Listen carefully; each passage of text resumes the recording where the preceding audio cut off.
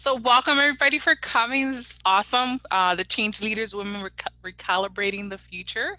So today we're going to be definitely career coaching panel. We have great panelists today. So I'm super excited to introduce them. And I'm going to briefly introduce them because I want them to kind of introduce themselves and talk about themselves a little bit. So we have Adele Wilson. She is a premier media coach. We also have Amy Soricelli, who is the VP for Career Services at Berkeley College. And we have awesome Jasmine Briggs Rogers, who is the Director for Career Services in the New York City campus.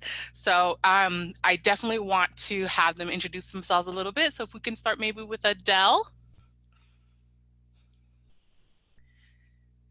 Let's unmute Adele. Hang on, Adele, we can't hear you.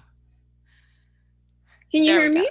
Yes. Is that better? Hello, everyone. Thank you so much for that lovely introduction. It's an honor and a pleasure to be back this year, this time virtually. I am a media coach and a branding strategist, and I help entrepreneurs present with power, poise, and style on camera, get booked on TV and media, and become a celebrity go-to expert in their industry. So I'm really happy to be with everyone. Awesome. And then if we can have Amy Soricelli. Hi there. I'm so happy to be part of this today. I'm the VP of Career Services. I've been with Berkeley for 11 years. I've been in the world of staffing and recruiting for over 35 years, which is a good round number, back from the days of rotary phones and yellow pages. So I'm really excited to be part of this today. Thanks. Yes. And then we have Jasmine Briggs Rogers. Hi, everyone. I am the Director of Career Services at Berkeley College. I am also a resume writer, career coach, and digital brand strategist. So I help clients figure out their personal genius and then create a strategy for transitioning into their dream career. I have been in the industry for about 10 years now, starting in legal recruiting. Awesome. Yeah. So let's go ahead and welcome our three panelists who are going to be speaking today. And our goal today, we're going to be speaking on developing your brand, professional presence, and helping to empower your brand through social media. So I want to start off with a few questions, and I'm going to open it to the group. So talking and referencing to personal branding, right? So defining your brand. First one is, what is personal branding? And why is it important for job seekers or consultants or entrepreneurs? That's great. I can actually take that first question if that's okay. Yes. Yeah, I'll jump right in. Why not? So the way I see it, whenever I run workshops or work with my clients, I like to keep things simple. I see personal branding as your personal reputation. In other words, what do people say when you're not in the room? What do they say about you? And by the way, if you're happy with that, fantastic. If you're not, that's what we're going to be talking about today. There's ways that you can transform that, elevate that, improve upon that, but it's about your reputation at its simplest form, and conveying that reputation throughout social media, through your communication, through your networking and interactions with folks. That's how I see personal branding, your reputation. Your reputation. That's definitely a great point. I know, Jasmine, you had mentioned that you were a brand specialist. Is there any comment you want to mention in reference to what is personal branding and why is it important? So yeah, I agree. Your reputation, that's perfect. I always say that just like companies have brands, we are the CEOs of our own career. So we too need to have a brand, and we need to make sure that we are showing that not only in person, but online, in our resume. So everything should speak to this one brand. Definitely. So reputation, you got that, guys? Reputation is a thing you want to key on, and then have one brand throughout your whole thing. So that kind of goes into my next question, right? Yes, So if I can add, may I add something quickly? Yes, of course. So also, and I love to just add to what she mentioned, because I think it's great. As far as companies go, I always say, think about different brand names that we already know of. What do you think about? When you think about Mercedes Benz, what does that bring to mind? When you think about Walmart, what does that bring to mind? When you think about Bloomingdale's, what does that bring to mind? And quickly, you should probably conjure up a couple of thoughts or words that come to mind. And that's kind of the same thing when you think of XYZ person, Adele or Jasmine or Angela Harrington. what comes to mind when you think of this person? And so that's another way to kind of think about things. Okay, so kind of like what values or attributes are tied to an Yeah, individual. Okay, that's awesome. absolutely. Yeah, Yeah. so I guess it goes definitely into the next question, right? So how does someone actually like go about defining that personal brand? Like how can they make that, continuous throughout all their social medias and as an individual, not as a company, but just as an individual? How do you make that happen? I would Yeah. say that I think the first thing is to figure out what's already out there about you. So go and do a social media audit. You guys should be Googling yourself. So go into private mode, Google yourself, Google what you think your brand characteristics are. So if I was to Google Jasmine Briggs and career coach, what would come up about me? From there, you can also do assessments such as a 360 reach, where you could find out what your colleagues, your friends are saying about your personal brand. So I think, and then going within and saying, okay, so this is what people are saying about me. Do I agree or disagree? Is this how I want to be seen? And then defining it for yourself. I Awesome. love that. I love that. If I can add as well, Of I see course. it as, thank you. I see it also as, I agree with everything she said. In addition to that, goal setting. So it's what she mentioned. How do you want others to perceive you? And kind of reverse engineer it that way. After you've done your audit, after you've seen what's out there, now say, who do I want to be seen as? And all of your actions, all of your posts, all of your images, all of your quotes, all of your, perhaps you have a blog. All of these things are to advance that one thesis, idea, goal, outcome that you're looking to seek. And so everything should look that way. So if you're looking to convey a professional image, then there are certain things that you probably need to stay away from on social media, and you just need to project a professional presence, an executive presence, maybe less scenes on the beach and more scenes doing networking events, or more talking about the career that you're either looking to get into, or perhaps you're interning, talk about that online. If you have a website, also let that speak to your background. If you're a recent college grad, let that speak to, you know, your background, your experience, what you're looking to achieve. Let it be very aspirational. And that's how I see it. That's definitely, researching, that's definitely some of the things that you definitely need to do and reverse, as you're saying, kind of Yes, put the reverse message engineer. that you want out there. That's awesome. It's definitely some great ways to define your personal brands. So when you've defined it, I guess, right? So you're establishing your online presence. What might be some of those pitfalls that you want to avoid? And I think this can go to any three of you guys. I think you all have maybe some great tips to consider, like when it comes to your brand online, what would be some pitfalls or areas that you just kind of want to avoid, or how can you avoid those pitfalls? Mhm. So Adele, or Sure, I can jump in. No problem. I didn't want to monopolize too much. So, but yeah, I think it goes back to when I said less beach scenes and perhaps more networking. So you're a professional. What is the mindset of a professional? What is, right? If this is the brand that we are crafting, you craft your own brand, right? And so you can grab hold of whatever the reputation is now. If you're not happy with that reputation, you are free to change that, uplift that, elevate that. And so, what is the mindset of someone um, at your level, at the level that you're looking at? How would this person dress? How would this person communicate?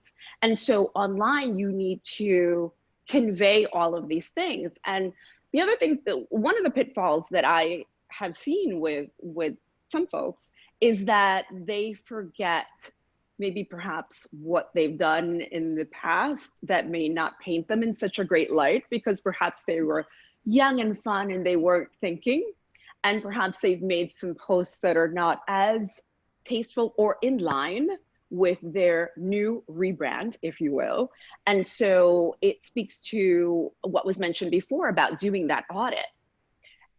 But also bear in mind what you put out there lives.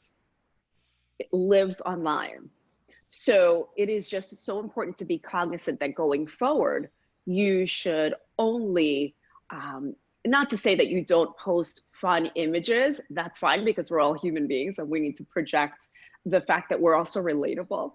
So it's not all business or all work, but when seeking, you know, a new job or transitioning to a new career, it's important to project that image across all social media platforms. And I know each one is slightly different. LinkedIn is a little more buttoned up. Instagram's a little more fun and vision or image driven. But even with the more fun platforms, it is important to keep in mind, hey, what's my goal? Where do I want to go? Where do I see myself in 12, 18 months, 2 years, 5 years? And let me project that online so that I can attract the right employers to me. Yes. Jasmine. If I could add, those are all amazing, amazing points. And I think it goes back to what social media are you using to attract people to your brand. So from the beginning, thinking about who is your audience. Where does your audience hang out? If you're in fashion, maybe your audience is on Instagram, but if you're trying to be an accountant, maybe not. So once you decide where your audience hangs out, then crafting a brand or a social media for that audience. And it might be, I have 2 Twitter accounts, I have 2 Instagram accounts. So knowing where they hang out, what your messaging is too. So if I'm an accountant, what do I want to be known for? And how do I show that on these different social media sites?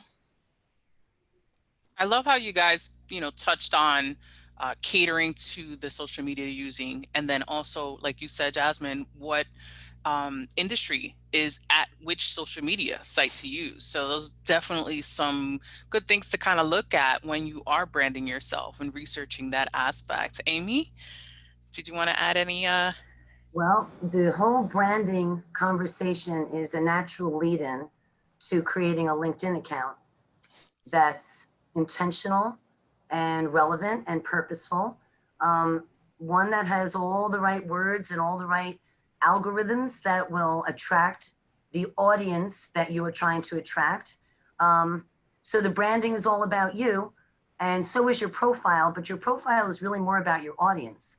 So who are you trying to attract when you put your profile together? So I always go from the top to bottom approach. The top of your profile, what is your background picture saying? Does it brand you?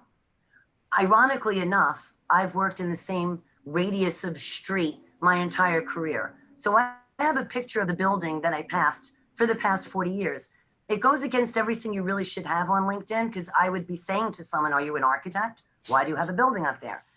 So the reality should be is your picture should really speak to your brand. Your profile picture should be a professional, non-selfie. There are pieces that you need to do to put together your profile so that it is clearly a brand profile. A recruiter or anyone should be able to stop at your profile and say, oh, that's an accounting person. That's a fashion person. That's an entrepreneur. That person is in higher ed. It's very confusing otherwise, and you're not really going to get your message across if your message isn't clear. So that's why the brand part has to start first. If you don't know who you are, you can't show that person to the world. Wow, that is definitely some great point. And I love how you segued it into the LinkedIn and, going into that, because that's the next thing, right? So LinkedIn is the professional site. It is a site or social media site, as I say, I call it a professional social media site where you're able to connect with individuals. So when completing, and you kind of touched a little bit on completing the LinkedIn profile, right? But what are some other best practices for completing that profile? So I know you touched the beginning, right? But what are some other things or best practices in general that individuals can do to really market their brand and get themselves out there for their career or business or whatever it is that they're trying to put out there? So let's operate under the assumption that you have a wonderful background picture and a wonderful non-selfie picture. Again, I cannot stress the non-selfie profile picture. We don't want a lot of background in the background. If you looked amazing at a wedding, I still don't want to see that picture because you probably wouldn't have a flower on your lapel or a hand on your shoulder. Keep in mind what goes on behind you in your profile picture. You want to make sure your headline speaks to your brand, your mission, your goal. You should probably stay away from words that say seeking an opportunity. Everybody is. So give a sentence about who you are. Put a positioning statement more than seeking a role in, looking for. Stay away from that. Make sure your profile on LinkedIn is created chronologically correct, that it has the same rules of the road that a resume would have, that what's in the past is in the past and what's in the present is in the present. Your resume should be a kind of a mirror of your profile. It could be, your profile on LinkedIn should be a little bit more interesting and creative. I would never put on a professional resume where I've been published for poetry, but it's all over my LinkedIn because that's a very important part of who I am. So you have an opportunity on LinkedIn to be the whole you, not just where you worked and what you did. But what I always tell students, so would you go up to somebody on the street that you didn't know and say, could you hold my dog? Because I'd like to go into that restaurant. That's the same thing you need to remember on LinkedIn. So you've reached out to someone. Don't send them your resume right away. Don't reach out with an ask. Reach out with a compliment. Wow, you have an amazing profile. I'm just starting out in the world. I would love to one day have an experience like you. Can we connect? Share an article that they posted. Like something that they posted. Thank them for sharing something that they posted. Don't ask them to look at your profile. Don't ask them to review an application you just applied. That's wonderful. They'll find you. If you're curious about your application, wait about a week and then just say, I just want to reach out. I applied for a position. I was wondering if you had a moment in your database, could you just review my resume? And then that's it. If you don't hear from them, back away. We want to look at the people who interview us now. We're lucky. We've got LinkedIn. Go to who's viewed your profile or go to that person's profile and take a look at them. Write down some notes. Look at them once. Do not go back every day in that week. They can tell that you've done that. So take some notes, write down that they like the Mets, that they worked at PwC. And when you reach out to them again, you have this in your arsenal. But if you look at them every day, well, let's just say it's a thin line between interest and stalking. It is the internet after all. Just remember that what you would do in real life is the same thing you would do on LinkedIn. You shouldn't really talk about politics or religion ever on LinkedIn. If you take a look at something you had for lunch and say, oh my God, the best sandwich ever, you can put that on Twitter or Instagram. It should not be on LinkedIn. It is not a networking function, unless of course you're a chef. So I had someone reach out to me and say, what did you think about my post? And it was all about love. And I said, not sure. And then I took a look at the person's profile and I saw that they were a love coach. And I said, that's okay. You can do that. Don't post flowers behind your face unless you're a florist. Can I add for job seekers, if you, recruiters have a different view of LinkedIn. They see your name, your picture, and your headline, and your past and current position. And based on that, that's how they decide whether to click on you. So I always say use that headline to show your brand. So you have 120 characters. LinkedIn will automatically make you, it'll automatically make me Director of Career Services at Berkeley College. But I've changed mine to career coach, resume writer, career services director, bringing strategy and management to career services. And so I use all the keywords that any recruiter or anyone looking for a resume writer would search for. And then I've also added my brand that I bring strategy to career management. So find ways to add your brand to your LinkedIn profile. Also with the summary, create an about me section that tells your story. People are attracted to stories. Your about me section should be about 80% professional and 20% personal. Add something. Those personal details are what is going to make you stand apart from the competition. Also, if you notice, when you look at a LinkedIn profile, you only see the first 2 to 3 lines of the summary before you have to click more. So those first 2 to 3 lines should be the most impactful. They should be the ones that make me go, ooh, I want to read more about that person. Definitely some great insight. Great points. May I jump in with one other quick point that Yes, I'd of love to course. reemphasize that Jasmine and both Amy had mentioned? The idea of what Amy said, do not ask right away. That is maybe my biggest pet peeve.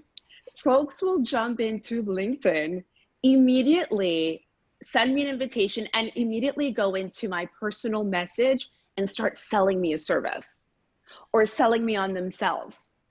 And I just want to say, well, nice to meet you. Take a moment. You wouldn't go to a networking event and directly, or you shouldn't anyway, if you're in person, just give them a resume and say, hi, get me a job.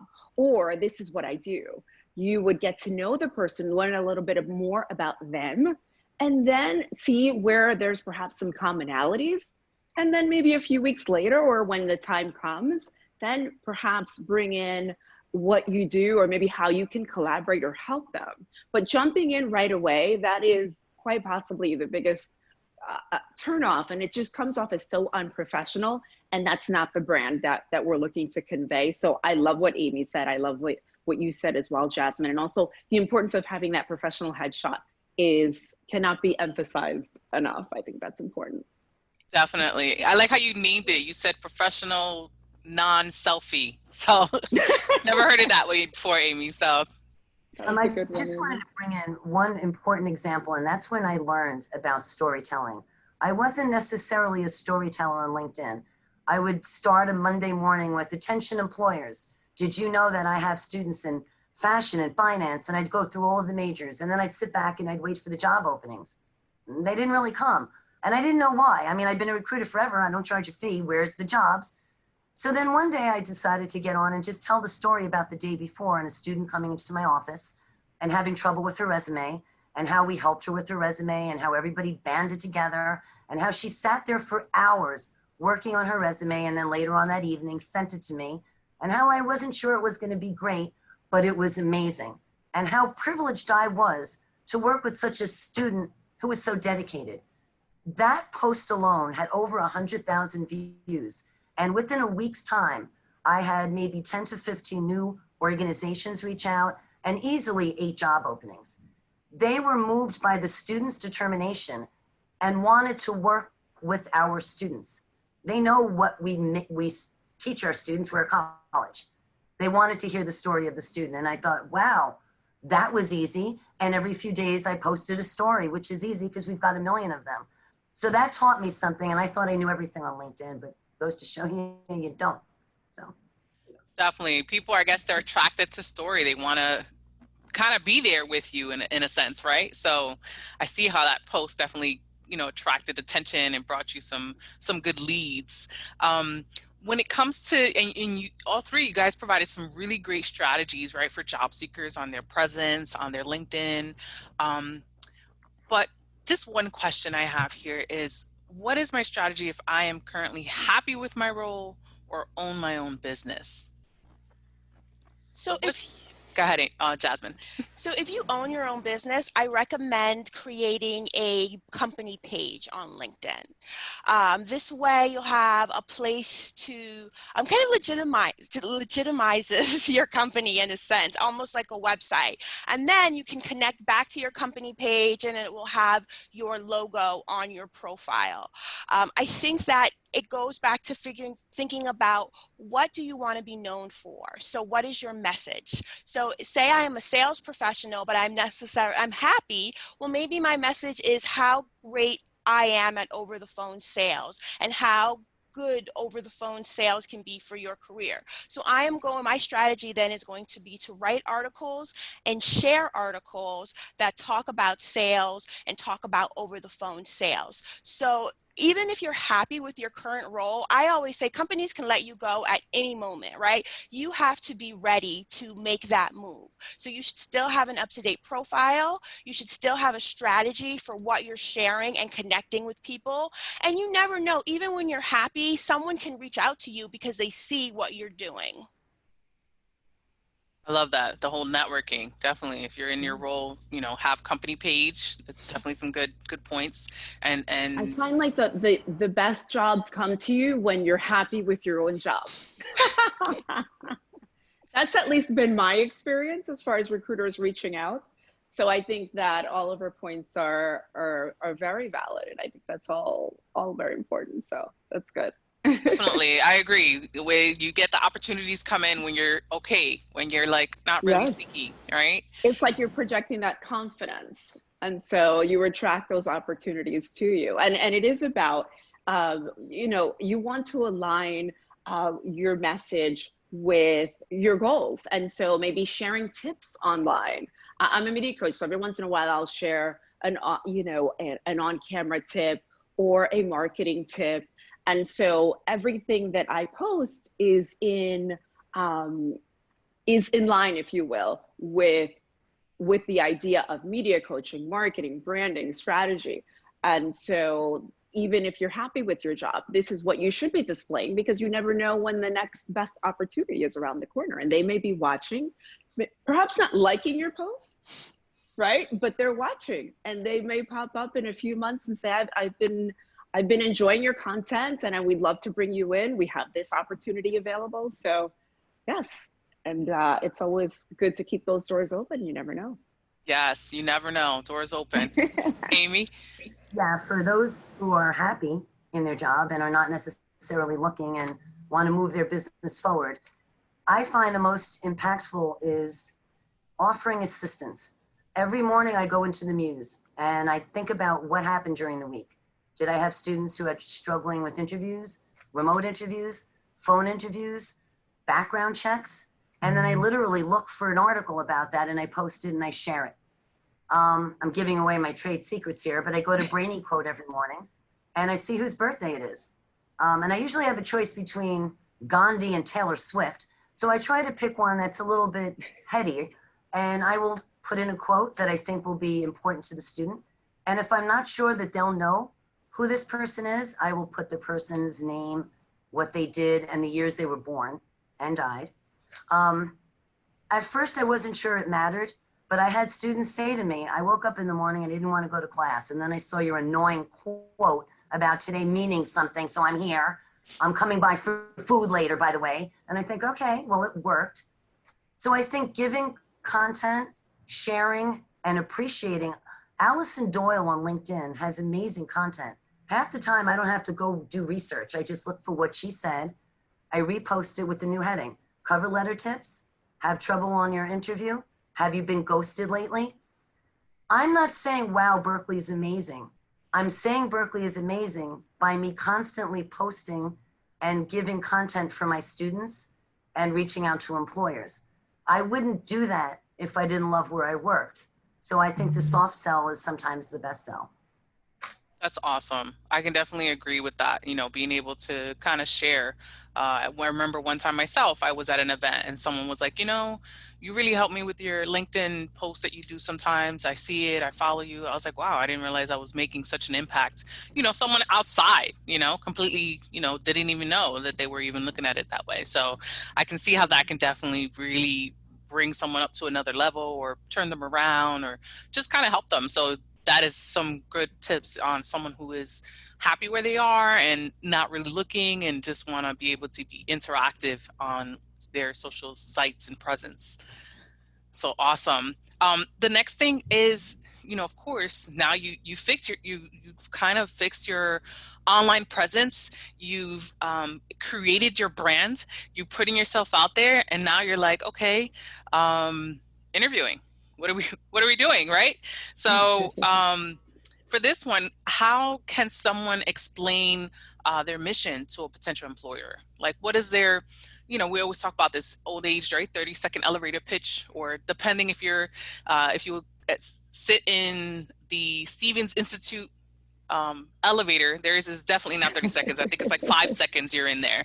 So, how can someone be able to explain that their mission to an employer? I think the 30-second elevator pitch, I try to make quite simple. And I always think of it in terms of who are you and who do you help?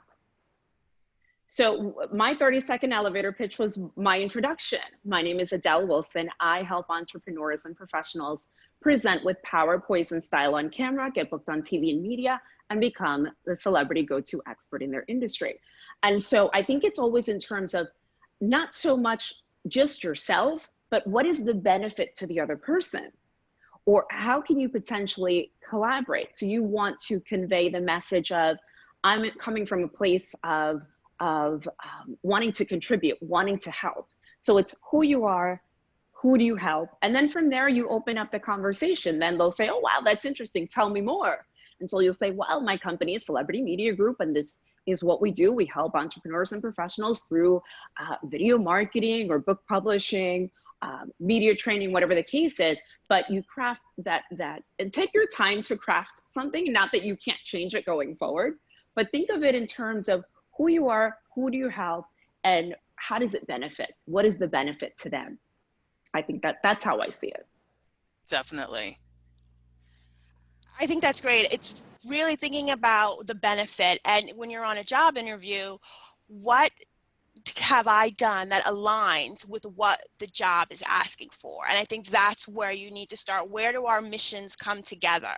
So I generally like to start with an overview, especially, and I'm talking more not how I sell myself as a resume writer, but on a job interview, I start with an overview. So I have 10 years of experience in career services and human services.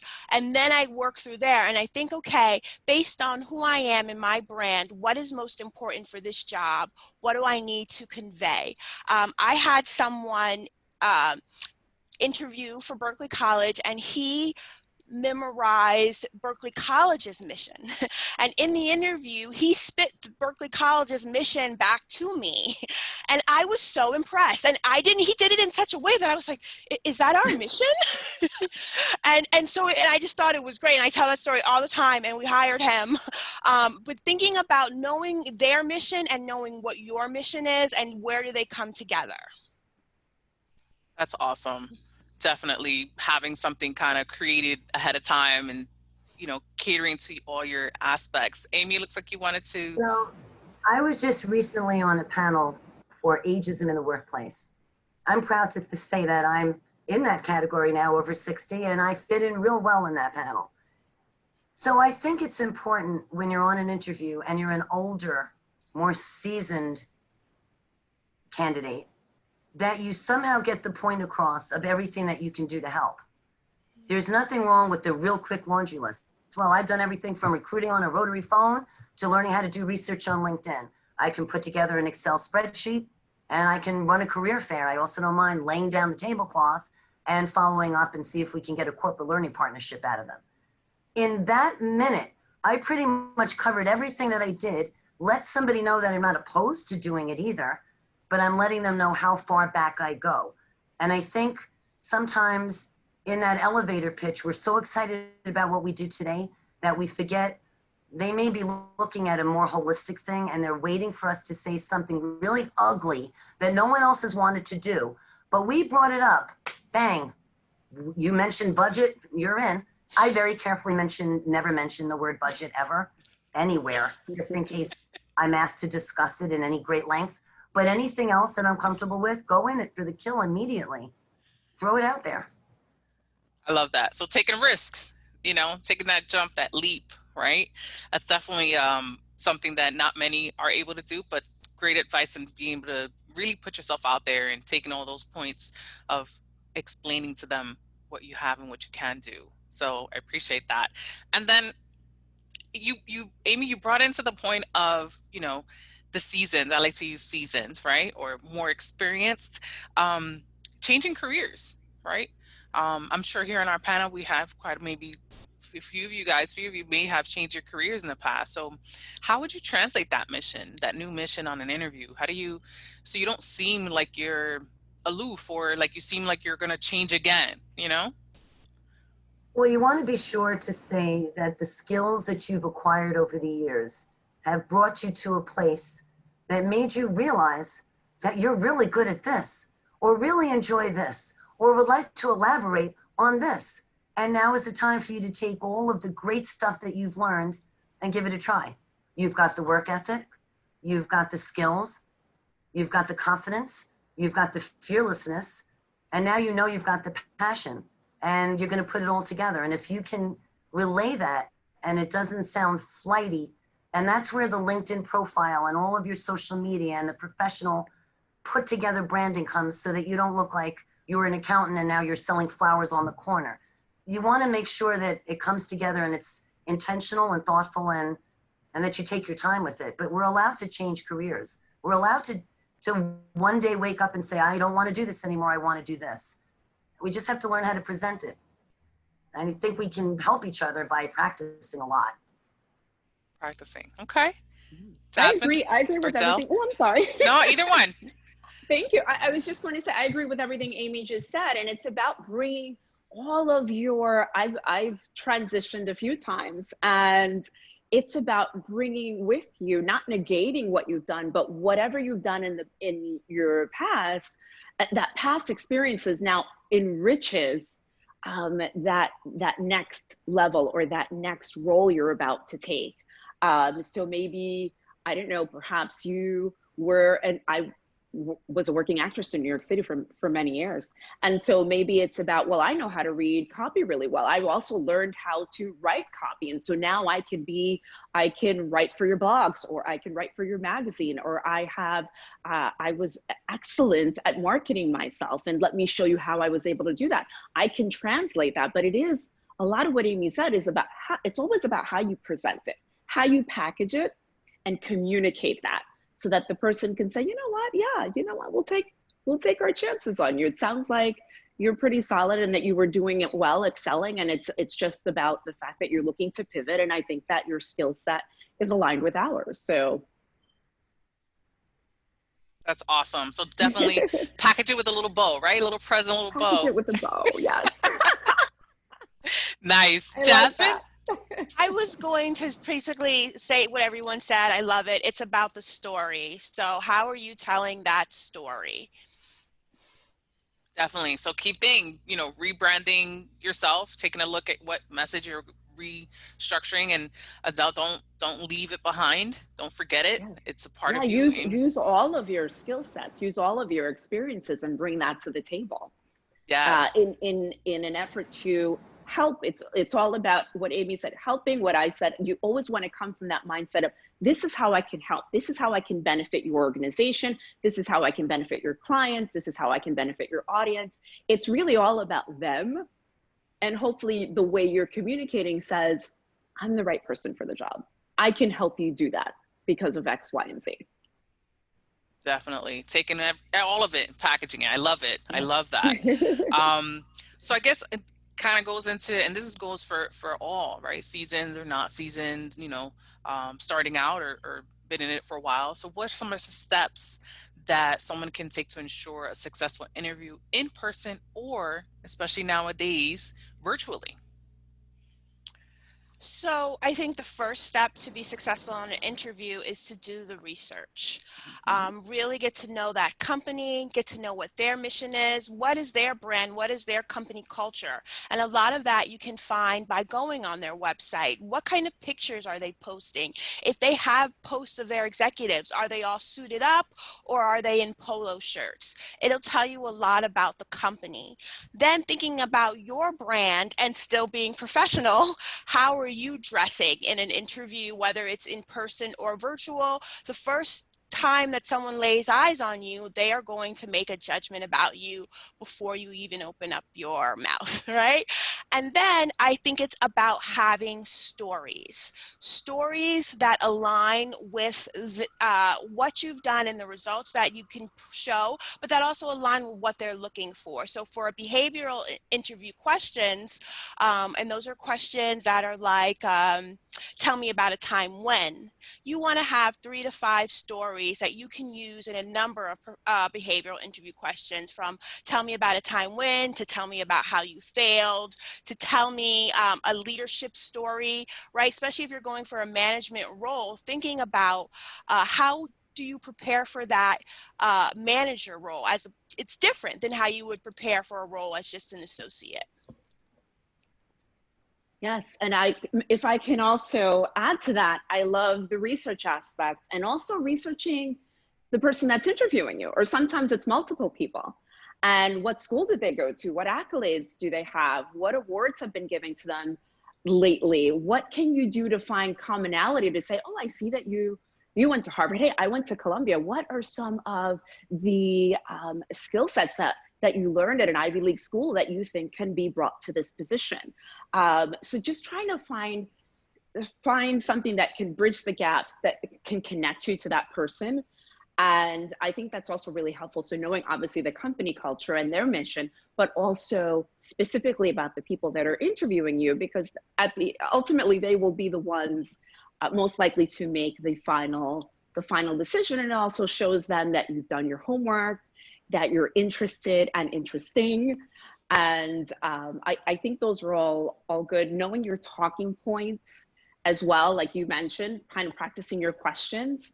And when you're doing the interview virtually, don't negate the wardrobe. Sometimes people, because they're home, they want to dress down. That's not the time to do that, because you're still establishing your connection. It's still probably a first impression. And so dress the part. Again, review your talking points. Try to have the proper lighting. It could be as simple as a ring light. It could be as simple as just getting in front of a light source, maybe a big bay window, and making sure that the audio is on as well, so that they can hear you clearly. And I think those are just the simple differences between the virtual and the in-person. And then of course, just minding your background as well, and letting the folks know at home, if you have a big family or if you have others that are living with you, hey guys, I'm going to need this time, just give me an hour. I have a big interview coming up, so that you don't have any disturbances or phones ringing. Those are the things that can happen when you're in a live interaction virtually, that can be a distraction. And so you want to keep the distractions at a minimum, of course. One of the things I just wanted to mention when you're on the interview, and yes, the research is huge. We also want to make sure that we talk about things like Twitter. We want to follow companies on Twitter. We want to follow the company that we're going to interview with on LinkedIn.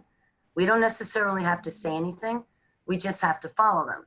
So that way, when you're having a conversation, because Twitter is as real time as it gets.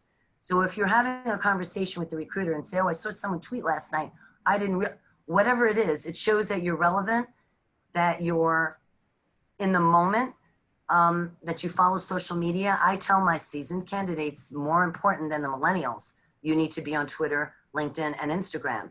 Follow the companies on Instagram and make a comment about it. Post that they're wonderful. It's not as though you're saying, this is the best recruiter I ever met. We're not saying that. Say something positive about the organization before you go in to meet with them. It won't be connected to the interview. If you're interested in the brand and you want to work with them, you should be talking about them. You should be a fan. They know who follows them. And when they get a new follower, they see who you are. I also tell students, be careful, because now you're following them. They may follow you. Be careful now what you tweet. So the whole world of social media is good and bad. We want to make sure it's always good, but you definitely want to add to the research, besides the monster and the career builders and their company website, what is actually being said about them on Glassdoor? What are the ex-employees saying about them, keeping in mind that they're ex-employees, so there's anger probably in there. But you want to do as many possible outreaches as you can before you go into the interviews, in case anybody, and they're not talking about how much the company made last year. They're talking about relevant issues of the day, and that's part of the culture. Definitely. So we got going back to school, and we're going to research the company, right? We're going to do a little bit of homework. We're going to definitely silence our phone, like in the movie theaters, right? So silence your phones. Yes. And then we're we're using our social media to be able to connect and ensure that we're up to date, right?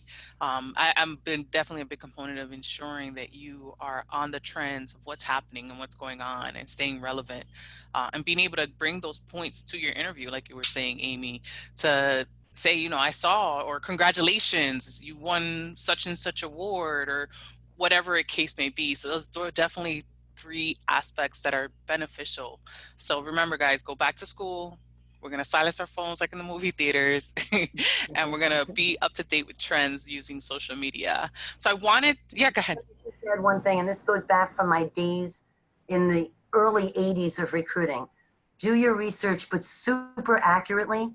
I'll never forget this adorable young girl going on an interview at Condé Nast and talking on and on and on about a magazine that was published by Hearst. So that was the end of the interview. So just be very careful. It's like the cover letter where you forget to take out the name in the middle and the end. Everything must be fresh and customized. Just be very careful. That's it. Last. Definitely. So I want to see if there are any questions or comments from our audience. If anyone has, they want to ask our awesome panel some questions about branding, LinkedIn, resumes, the interviewing. Someone asked me a question, if I could read it. Yes, please. So I want to change career fields. Should my resume focus around transferable skills? And should my LinkedIn reflect that I'm interested in changing fields? So I'll start with your resume. So, you know, traditionally our resume is like professional summary, professional experience, education, unless we're recent grads and then education comes to the top. But we can play with the formatting of our resume. So if you're looking to change fields, think about what is most relevant to the field that you're going into. Is it your education? Is it training? Is it volunteer experience? Change your resume format around so that what's most relevant is on that top middle part of your resume. And when it comes to LinkedIn, I think that your headline should be about the career that you're going into, right? Because that's what recruiters see first. That's what they're searching. Then your about, that's where you can put the summary that talks about your change and really your story about why you're changing and what the transferable skills that you have are. Anyone else? That's a great question. Can I jump in as well? Yes, of course. Thank you. I love what Jasmine said, but also, yes, definitely use your transferable skills. I think it's also important to, if you currently have a position right now, you're looking to transition and you don't have a lot of skills that match up with what's necessary, start right now. Volunteer with a different department. Within your organization, perhaps volunteer outside. Perhaps if you're looking to, perhaps you're in marketing, but you're looking to move into development or fundraising. So maybe join a board that you can learn, a nonprofit organization that you can learn and volunteer your services and learn how to fundraise. So now you can add that to your resume. You're also learning and you can say, well, I know I've been in marketing, but this is what I've been doing outside of work. Or this is what I've been doing to volunteer within my own company to learn the skills that will help me be successful within development or within fundraising efforts here at whichever name organization. So, yes. That's great. That's awesome. I'm not sure if we have any further questions. Actually, I do. Yes, go ahead. You got the floor. I am a returning student to Berkeley College, having previously graduated with my associate in accounting, now pursuing my bachelor's in legal studies. This is for anyone on the panel. It was mentioned about visualization, and with visualization being everything, especially in a professional environment. What are some tips that can be offered to give that professional appearance without compromising our personal selves?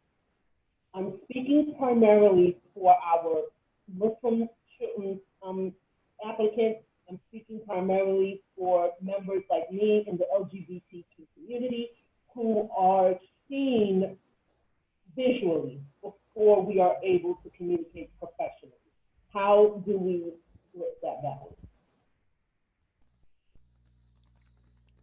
So I just want to make sure everyone heard her question. She's asking visually, how can she represent, Halima can represent herself coming from an LGBTQ community, right? Is that accurate, Halima?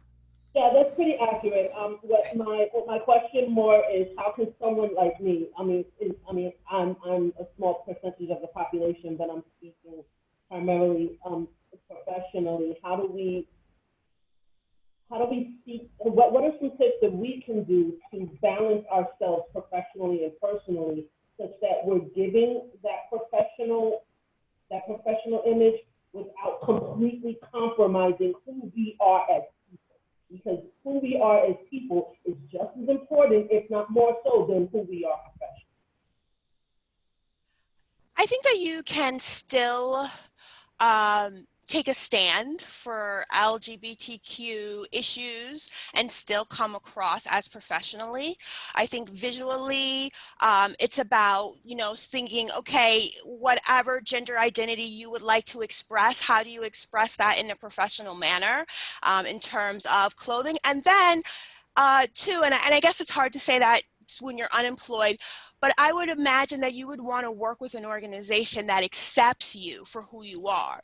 So I wouldn't advise you to represent yourself visually online than how you're going to represent yourself in person. And then I wouldn't advise you to represent yourself in a way that you're not comfortable with. I think that you want to be with an organization that supports that and supports those issues. Certainly. Anyone else want to touch on that question? I've worked with many students who had concerns in that area, so I did research. We even invited an organization to our college to address their students. So we have an arsenal of companies that are friendly and accepting. And I suggest to people, first go there, do research first, and actually put in Google companies that are culturally friendly. Start there, because you know that you're going to be welcomed and accepted. It's a tough world out there, and we all have to admit that there are certain organizations where you feel like the security alarm is going to go off if you're over 40 years old now. So I understand that it's really not, you don't want to put yourself out there to be not accepted and uncomfortable. You want to be where you belong.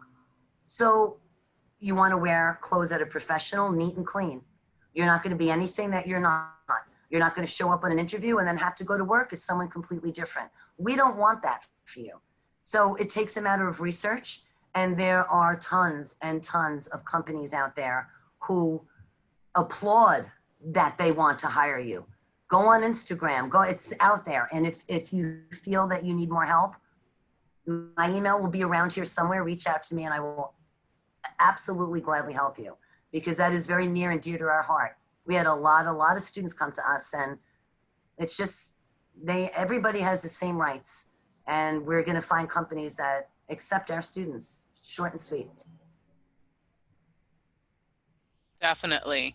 That's awesome. Definitely, I agree. Researching for those companies that are open and have within their policies or show it and express it. So that's awesome. Do we have any other questions? Last minute question. Yes. I have changed careers, and I got a certificate from college. I did an internship, and I rewrote my LinkedIn profile so that it reflects what I currently want to do. I changed from corporate communications to paralegal. I'm getting people on LinkedIn contacting me as if I were still yet corporate communications. I get people looking for employers looking for me as an employee. And all I have is, part of my history on the LinkedIn profile, and one paragraph in my summary that mentions that. What am I doing wrong?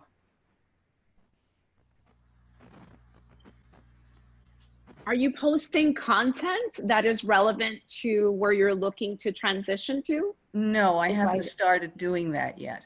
Okay. I think, and I'm just kind of jumping in, but I'm thinking that is one of the best ways that you can begin to brand yourself so that they can see you as that person.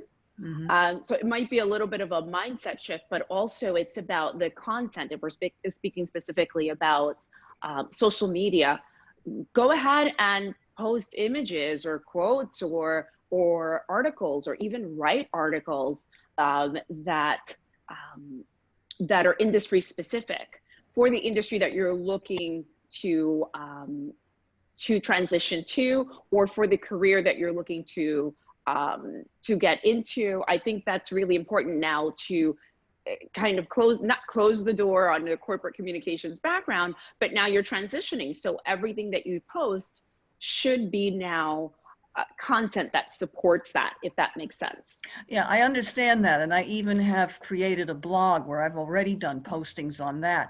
That's also listed in my summary.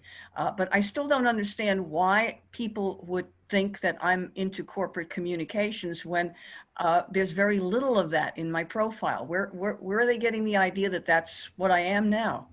See, it's what Adele says. It's not a matter of what you're doing wrong. It's what you're not doing enough of right. Oh, okay. So it's like, I've had people say, I started a LinkedIn profile and it's a disaster and I want to start another one. Everybody's still going, what do I do? I have two now. And I said, you need to put very intentional content on one of them. Eventually the other one will disappear. The more you post about your intentions now, the other stuff will get lost. It'll be gone. It'll be outshadowed by your intentional post. You have to be consistent. It can't be, oh, I posted something on Monday, nothing happened. No, it's Monday, Tuesday, Wednesday, Thursday, Friday, Saturday, Sunday, maybe twice on Sunday. Okay, start a posting campaign. Exactly. Yeah. Okay. When you're posting You're articles, almost like you're inundating them. Yes. Sorry. Oh, I was going to say, if you have a blog, then take those blog postings and make them long form posts, and those will always stay on your profile under activity. As well as when you're posting articles from other people, share 2 to 3 lines about how you feel about that article, or what you agreed with, and that will make you look like the expert.